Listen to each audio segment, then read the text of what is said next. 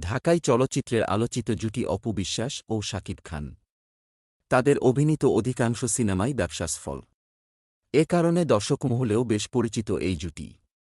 তবে শুরুতে তারা একে অপরের সহকর্মী থাকলেও এক পর্যায়ে নিজেদের মধ্যে গড়ে ওঠে প্রেম। তারপর বিয়ে। আর দাম্পত্য জীবনে কোলজুড়ে আসে আবরাম খান জয়।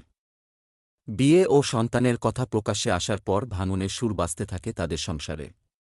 এক পর্যায়ে ডিভোর্স হয় তাদের। দুজন দুদিকে পথ চলতে থাকলেও সাম্প্রতিক এ নায়িকাকে বেশ ইতিবাচক দেখা যায় স্বামী ও অভিনেতা শাকিবের ব্যাপারে। এমনকি বেশ ঘনিষ্ঠতাও রয়েছে। এবার নায়কের সঙ্গে কিভাবে বিয়ে হয়েছিল তা জানিয়েছেন অপু বিশ্বাস।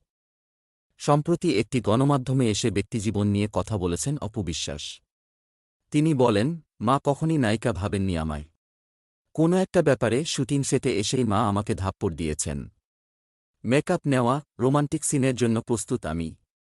আর মা বলছে, এদিকে আয়। আমি আসছি বলি। কিন্তু আসছি বললাম কেন? উঠে সবার সামনেই দুই গালে দুটি থাপ্পড় দিয়েছেন। অপু বলেন, বলতে গেলে তখন ক্যামেরা অন। মেকআপ নেওয়া থাকায় গালে থাপ্পড়ের দাগ বসে গেছে। সেটে উপস্থিত সবাই বলছিল, আন্টি কি হয়েছে, কি হয়েছে? সিনেমার নাম ছিল তোমার জন্য মরতে পারি। সবার সামনে একে তো লজ্জা, আবার মারের ব্যথা, তৃতীয়ত যাকে পছন্দ করি তার সামনে ছোট হলাম না।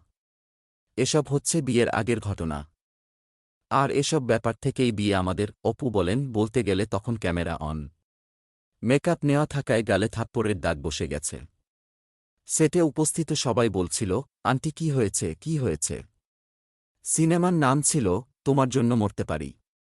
সবার সামনে একে তো লজ্জা, আবার মারের ব্যথা, তৃতীয়ত যাকে পছন্দ করি তার সামনে ছোট হলাম না। এসব হচ্ছে বিয়ের আগের ঘটনা।